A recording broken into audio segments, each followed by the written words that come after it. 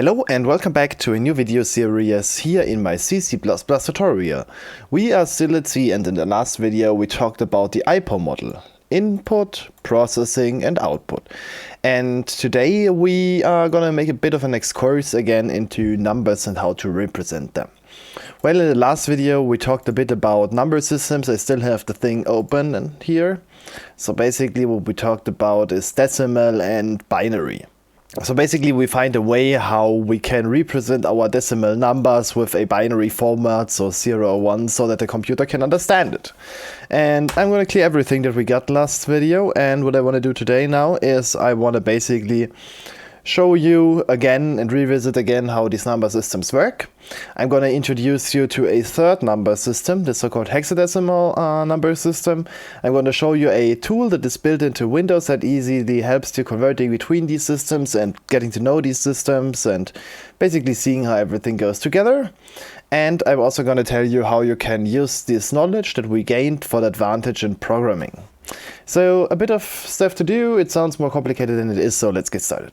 Let's revisit what we have. So we have number systems. So which number systems did we know? We know the base 10 system, so base 10, which is decimal, which is basically how humans count. So 0, 1, 2, 3, 4, 5, 6, 7, 8 and 9 are the available digits that we can use, so the available characters per digit, and we basically use them to combine them into a bigger number. So by default, if we gonna count normally, we count from 0 to 9, and as soon as we reach 9, we are kind of like out of digits. So the next number that we need to use is the 10, so we need another digit, which starts again at the first possible value. Of course, it's not 0, 0, because 0 is like the implicit value for each digit. So by default you could also write the 9 here as 000000009, however you would like, because it's implicit and means basically that we can remove these 9s. So at the 0. So if we basically want to count up, the 9 is not sufficient, so the 9 resolves back to 0, to the first character that we had, and we need to basically increment the next digit. So we are basically at 10, and this kind of like continues on to 19, to 29, to 30, to 39, to 40. So this was basically how we did it in base 10 decimal. So we basically had 10 digits used. So last video we discovered the base 2 system, which is binary. So we have 2 digits here, or two characters that we can use, 0 and 1. And it's working similar than what we had before. As soon as we kind of like reach 1 or 0, 1, how you could write this there as well, we need to wrap over to the next character, to the next digit. So we are at like 10, and later on we are at 11. So this is basically how counting up works, and then we would need like another one, which would at some point go back to that one, which would require us to go again a digit wider. And this basically continues on 1, 2, 3, 4 to infinity as well. This is basically the 2 number systems that we learned last video. No, I don't want a calculator. So these number systems were the one that we talked about last video. We take a look at how our normal number system works, the decimal system, and then we resolved how a computer, which only has 2 states available, can build a number systems as well. And we basically also talked a bit about how we would kind of like count up in decimal and how to count up in binary. Note that I haven't really told you how to convert one number from one system to another. There are methods that so that you can do this actually on paper, and there are methods that accelerate this, and they are fine. You can use them, and you can convert any arbitrary number to binary on a sheet of paper. But that's not really the case that we want to use. We are programmers. We don't work on paper, so I did not really show this to you, because today I'm going to show you a much more helpful tool, the Windows calculator. The Windows calculator, you can open this up by just searching for a calculator here. Or what you can also do, what you always find me doing, is press Windows button and R, which is basically Windows and R brings up this execute stuff, and I quickly just type, if I can type it correctly, calc, which stands for calculator, and if I type calc, it basically opens up the calculator as well. It's a nice shortcut.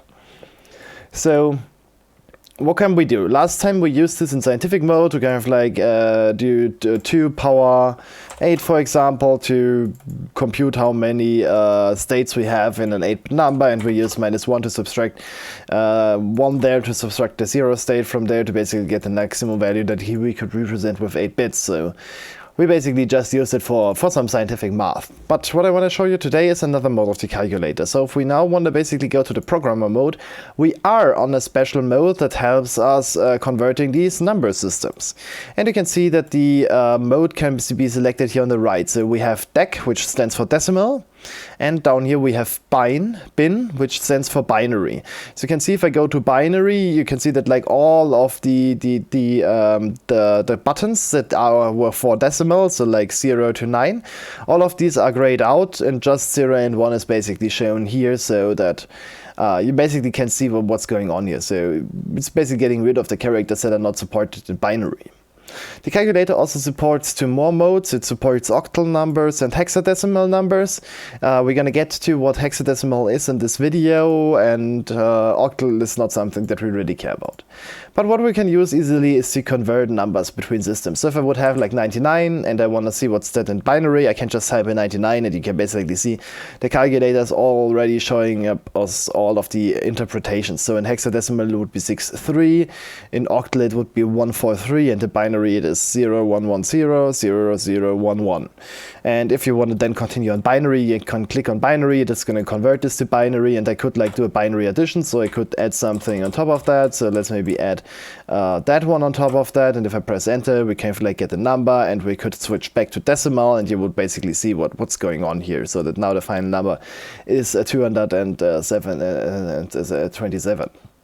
And you could also like go in here and basically see what's the maximum number by putting all of these to 1. And if I would now go to the decimal value, you would see that we are at 255. So as you can see, these numbers are kind of like, working.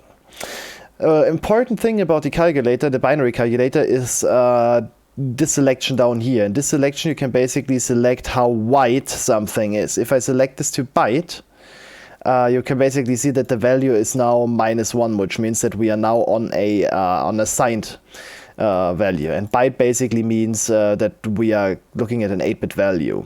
You can select this, for example, here to qword. Qword is a quad word, which is actually 64-bit wide, and then it's basically here in 64-bit mode. A dword is a double word, which should be 32 bits. A word is a 16-bit value, and the byte again is an 8-bit value. So you can actually toggle through them and actually see how the computer represents them. I don't think that you can go to unsigned here. No, it's just, can I shift click there or something? No. So it does not really support unsigned numbers, it just supports signed numbers, but that's okay. Now this calculator, if it is in binary mode, also has a very interesting feature. It's called the bit toggling keypad.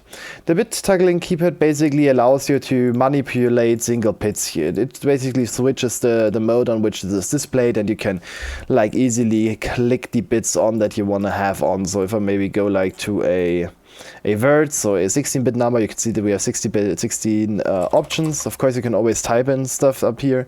And now I could maybe go in and select the bit pattern, and I can now say plus, and I can start again and now enter the number that I want to add on top of that.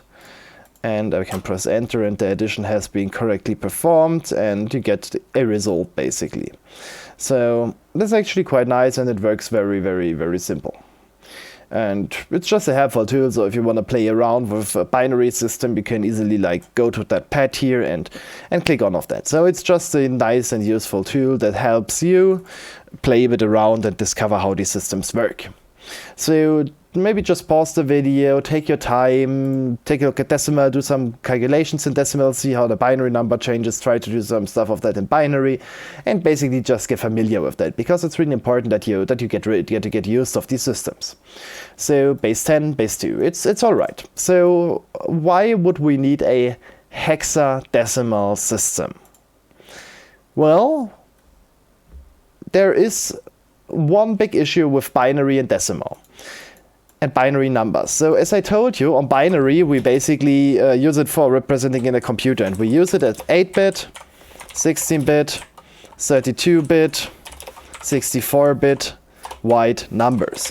So basically we have values that are of a certain length. I'm going to use them here in a four block pattern so that they are a bit nicely seen here. So now you basically can see this is how an 8-bit number looks. The next one is a 16-bit number. This now here is a 32-bit number.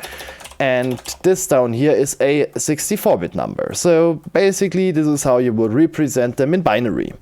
If we are at 8-bit, it's totally fine to use it and watch it as a binary value. But as it grows, like 60-bit is still okay, but at least like 32-bit or even 64-bit, it's not readable. You cannot really see what's going on. It's a very large number and it's not easy to see. Well, now you would basically think, okay, I could represent this in decimal. Okay, so if I want to have a 8-bit number in decimal, I would basically represent the number with 255 as the maximum value. If I want to represent a 60-bit number, what do I need? Okay, I first need the calculator because I cannot come up with that on my own. I need to switch it back to scientific and say, okay, TDD, that is that number minus 1. Okay, so the 60-bit number has a maximum of that value. Okay, so now what do I want to have? And I want to have a 32. Oh, that was the wrong one. And I want to have a 32-bit number like that one, minus 1. Okay, let's copy that over. And yeah, let's put this down in here. Okay, now I want to have 64 bits again. So 2 power 64 minus 1 does give us that number. And did I catch it? Yeah, I catched it. Let's put this down here. And let's move away the dots so that we can see it. And yeah, you kind of like can see that it's not really matching. Like these bit patterns, they are always very nice and fittingly. Okay, and now here used like all off. I would be a bit more tactical if I don't directly have started with all bits on.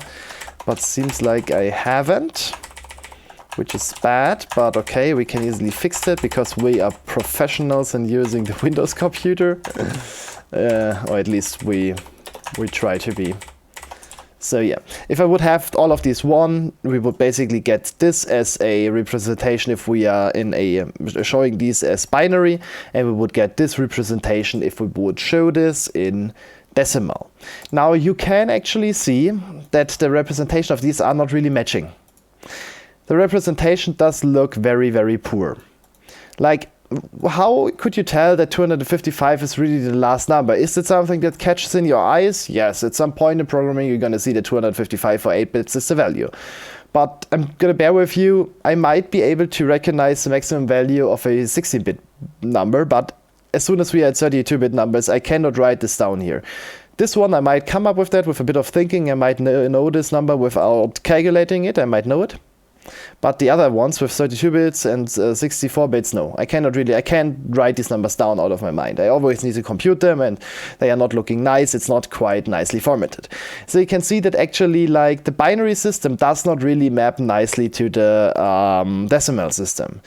We can use it to properly show numbers. So if we have something between 0 and 100, we know, okay, yeah, that fits in 8 bits or a byte. So I can use that number here to represent it. If you need something more, yeah, maybe I should use 16 bits. Or by default, we mainly we just use 8, 32, and 64 bits. 16-bit is really like not a common case that you use it. At some point, you might use it if you really pack your data tight on like networking stuff. But yeah, so basically, what you can see here, these numbers look ugly, and that is a bit is actually also a big issue because these numbers are not matching nicely. And the next thing that is an issue is you cannot really tell which part of the 255 is in the first 4 bits and which one is in the second 8 bits.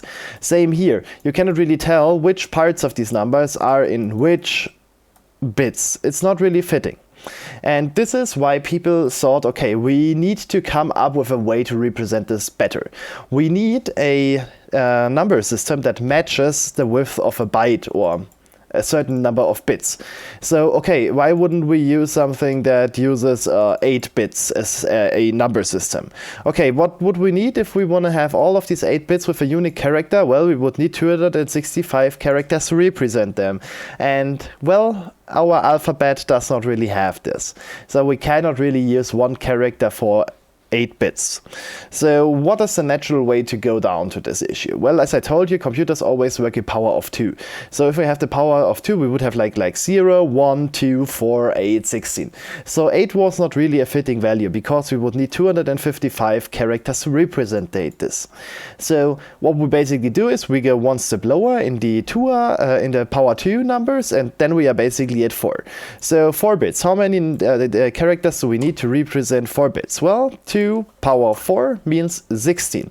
So if we would have 16 characters, we could represent with one character a unique value of 4 bits. So is it actually possible? Yeah, let's try this out. Could we use 16 characters? Okay, how could we count?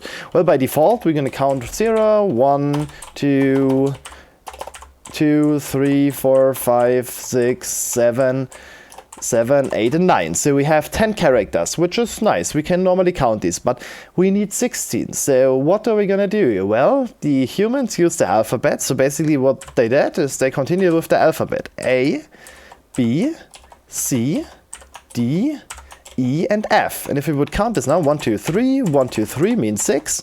We have 10 on the left from our decimal plus 6 additional characters means that we have now 16 characters, and we can use these 16 characters to represent 4 bits. So what would this basically mean? Well, 0, 0, 0 would basically mean 0.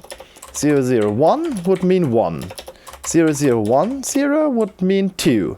0, 0, 1, 1 would mean 3, 0, 1, 0, 0 would mean 4, 0, 1, 0, 1 would mean 5, 0, 1, 1, 0 would mean 6, 0, 1, 1, 1 would mean 7, 1, 0, 0, 0 would mean 8, 1, 0, 0, 1 would mean 9, 1, 0, 1, 0, now we are out of normal characters, so we need the A, or of numeric characters, so we need the A, so it's 1, 0, 1, 0 means A.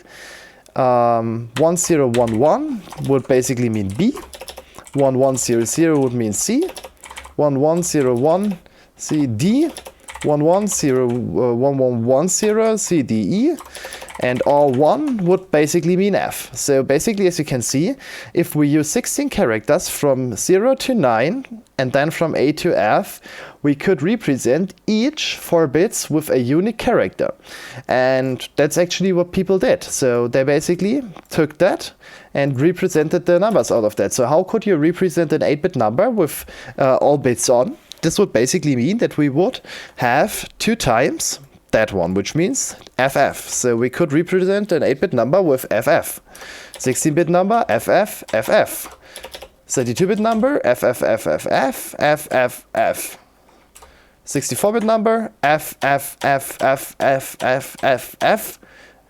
Okay, now it's gonna be hard, so I'm just gonna copy paste this over.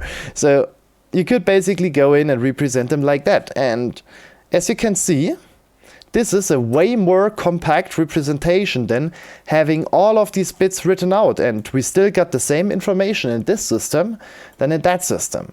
So basically, this is what they did. They basically said, okay, we're gonna have 16 characters and we're gonna make a base 16 system and call this hexadecimal. And call this hexadecimal the system. And the hexadecimal system basically has all these numbers here associated with that, and you count with the hexadecimal system similar to all of the binary and other systems that we had. So you would count like from 0 to F, and then you would have 1 0, and you would count up to 1 F, and you would count to 2 0, you would count to 2 F, you would count to 30 or 3 0. In hexadecimal you also say like 0 and not really speak this as like the normal stuff out of it. And well, that is basically how hexadecimal works. It's working completely similar than binary and our normal decimal system, but what it does, it helps us to represent the numbers way better. And if I would now put this all again side by side, maybe let me refactor this a bit. So we're gonna have 8 bits here, 16 bits here, 32 bits down there, and then our 64 bits here. We can easily represent them like that. in our number system, and let's get rid of that. Let's maybe copy. Can I alt copy here? Sadly not. I could put this up here again, and then I could now copy over these numbers. It's going to take a bit of a time. Just want to show you what's going on here, and that we have a nice overview of them side by side. And as soon as we are ready with that, you're gonna see the point of all of that, what we are doing here. All the hassle we're gonna take just for showing how to write numbers down. So if we do that step by step, we can basically see that we now have the same number. Like, these are all the same numbers. These are the same numbers, these are the same, all these 8-bit numbers are the same, all the 16-bit numbers are the same, all the 32-bit numbers are the same, and all of the 64-bit numbers are the same. So now we basically have a side-by-side view, or top-by-bottom view, of all the number systems that we have. Well, the system on top of the system we're starting with. This is like our system, our human system that we have like fitted to fit on the computer. So we fitted the maximum value so that we can store it in the computer, by basically have this at bit boundaries and represent it at a computer level with single 0 and 1 bits. So this is kind of like the normal numbers that we can deal with, like the human knows. The human knows 8-bit maximum 255, 32-bit maximum of 65,553, and 32-bit that big number, and 64-bit that big number. So basically the humans know these are our numerical bounds that we can do.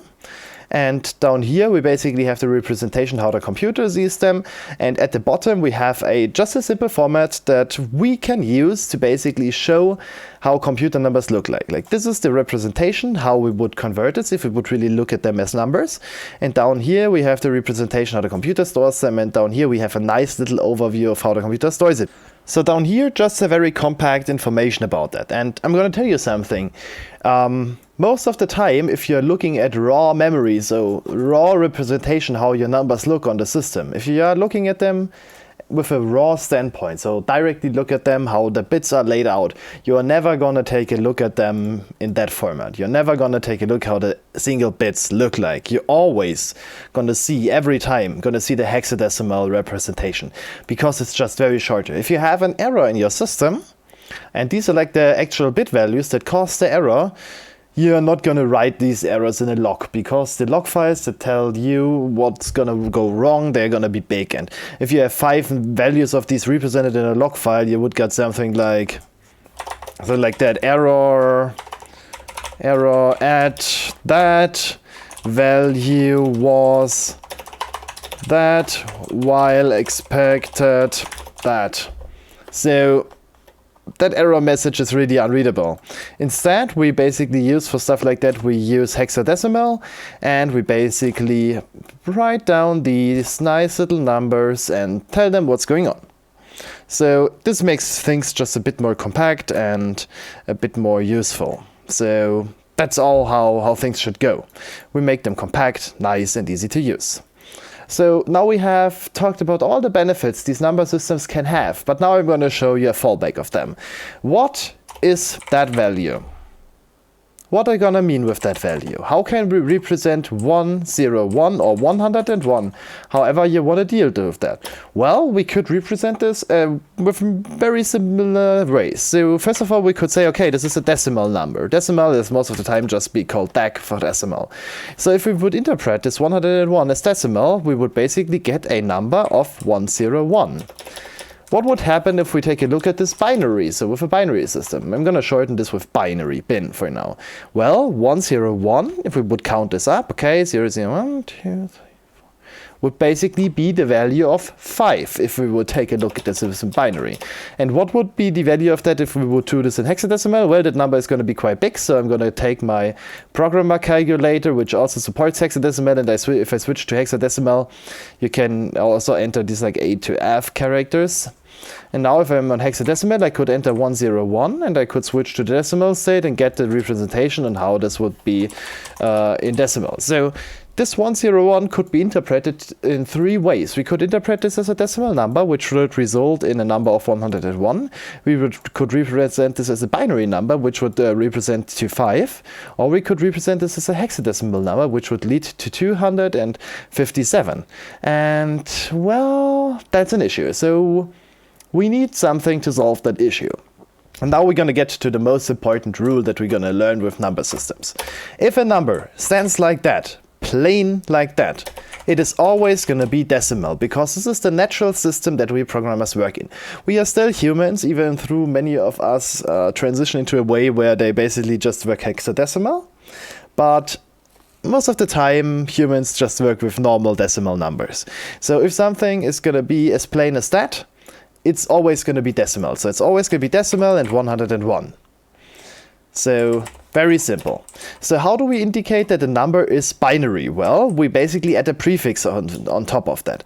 So 101 is still the value that we want to archive, but now we basically need a prefix. How are we going to prefix that? Well, there are multiple notations. Some people like write a small b for binary behind that, before that, or wherever else. So we're going to stick with a representation that we can also use in C and C++.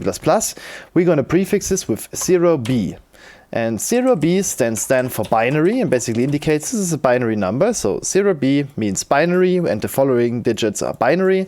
So that number would be 5. How are we going to do this with hexadecimal? Well, we could maybe see 0h, maybe 001, but no, actually not. There are actually programming languages that deal with that h. So basically you have D, B, and H.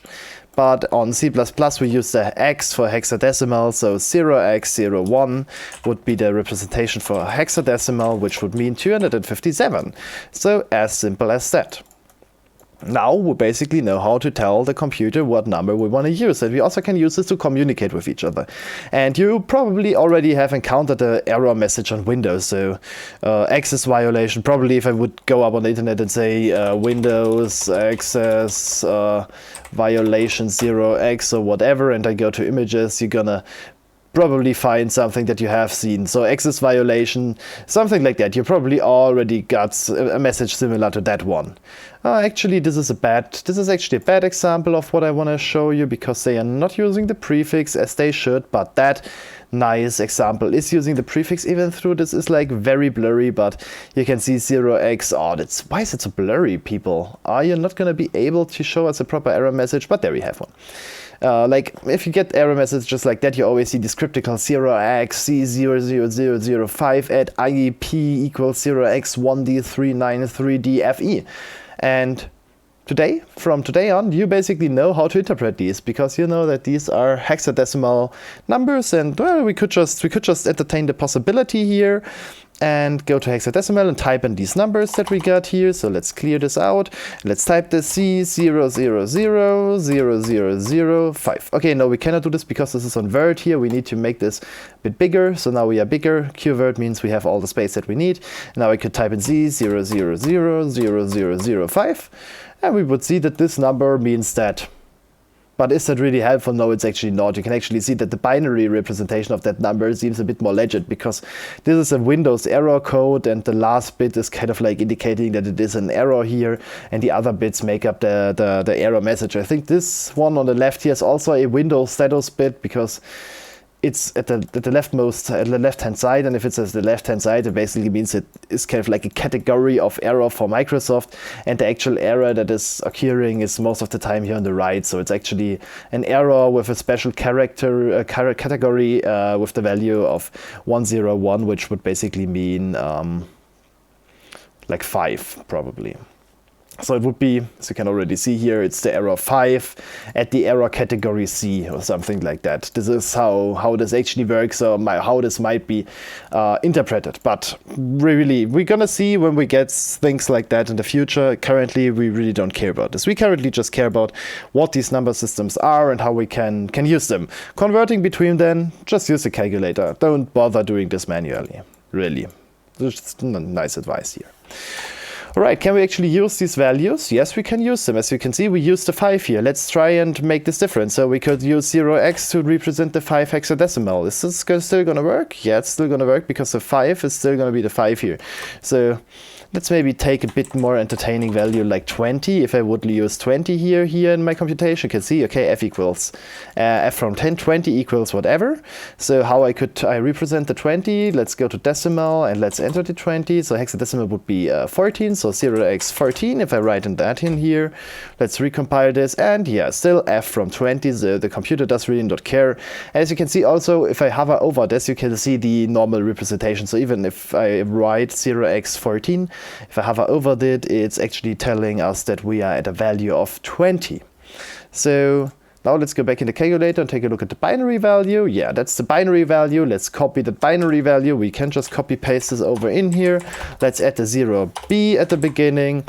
And yeah, looks legit. If we hover over that, it's again gonna show us that we are at 20, so it's still the same value. Let's recompile and verify this. We are still at the value of 20, so everything seems nice and legit. We can easily obscure our code by putting in values like that we don't understand. So what's really the use case of that? Well, if we are representing a normal number then like 5, it's not really the use case to put in some hexadecimal or binary number. But what sometimes happens is that we basically want to abuse the bits. So it could be that we're gonna want to explicitly set a bit in a value, a flag. So we could use this int 8t as a normal flag, or even in this case a uint 8t. So in a uint 8t we have 8 bits, and you could use each single bit to indicate that the feature is present, or to encode an error code like Windows. I could say, okay, the first bit is going to indicate that we have an error here, and then the last bits are going to tell what the code is. So 0000000 to fill this up, and then I could like say I'm going to have the error 2, which would be in binary 10, and I could easily write this down, and I could understand this easily. And if I have some documentation around, basically say, okay, this bit is basically for an error, or I could also use a comment and basically tell what each bit is. So this bit is an error, and the rest ones are the error code. Then we could basically see what's going on here. So we have an error, which means, okay, yes, this is an error, and the rest is the error code. And if somebody goes in here, they could easily like see what's going on and then basically fit in their own error codes. Or you could also have error flags. So you could, for example, say, okay, the next 3 are not used, and then I'm gonna have some error flags A, B, C, and D, and according to which error we got, the one or multiple of these bits are gonna be set in the error code. And then I could like easily compose these error messages out of nowhere. We're gonna, of course, in the future learn more elegant way to do stuff like that, but you need to understand how the fundamental stuff of that works. So it's very easily to see what's going on here. And now we could go even further, because we know that the this error code is always 1000, because these are never used. These 3 are never used, they are always 0, and that one is always 1 if we have an error. So we could like go in the calculator and see how we can do this. So we could say, okay, 1000, this is like the error that is always there, so it would be an hexadecimal digit of 8. So I could like say 0x8 is going to be indicating that it is an error, and then I could just count up here the second error code here. So we would basically have this is an error and the code again. So EC error and code, and you could now easily count up the other digit to represent your error codes here. So there are multiple use cases and stuff where we basically want to put them at hexadecimal or binary, or multiple of them, combine them together to make our life a bit easier in representing numbers. And as you saw maybe what we had earlier on, we had printf with that y here, which resulted in a runtime error. And we're going to represent or reproduce this once again.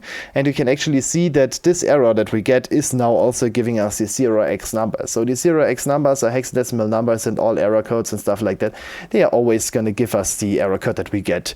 In this case, you basically get the first error code that you get is the location where the error was being thrown, since that is compiled code that we can't control.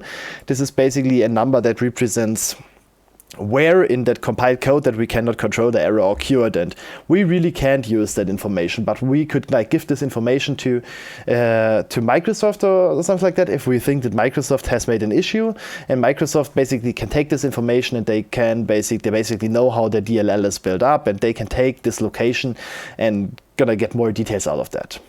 Then down here we also have a representation what went wrong, like access violation, reading location.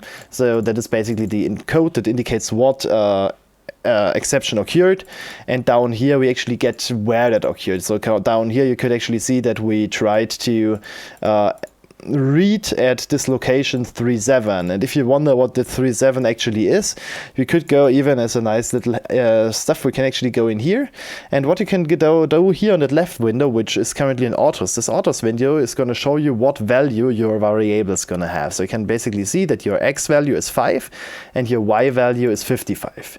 You can also see this while hovering over this. This is a nice little feature from Visual Studio, and what you can do is you can right click on that value and you can go to hexadecimal display. If you go to hexadecimal display, they basically show up as hexadecimal numbers and you can interpret them. And you can kind of like see that we tried reading at the location 37 in hexadecimal, and our y value that we passed to printf is also at the value 37. So it kind of like did something with that y number that didn't work. And we're going to get to that in the future, why that really didn't work, when we get to pointers and addresses and locations and how all that code is going to be built up in a binary module. But this is going to be a key concept of future videos. But this is just some nice thing that we can actually see today, that the exception that we got actually gets the input from our code, from our y.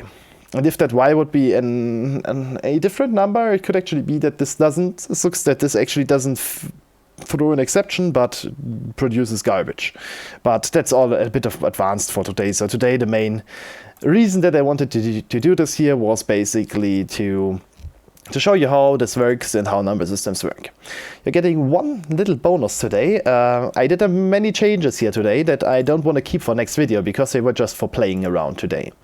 How can I discard these changes? I can also discard them from within Visual Studio. So if we have here the Solution Explorer, you can go on the right to Git changes. This is similar to the Git view that we had in Visual Studio Code.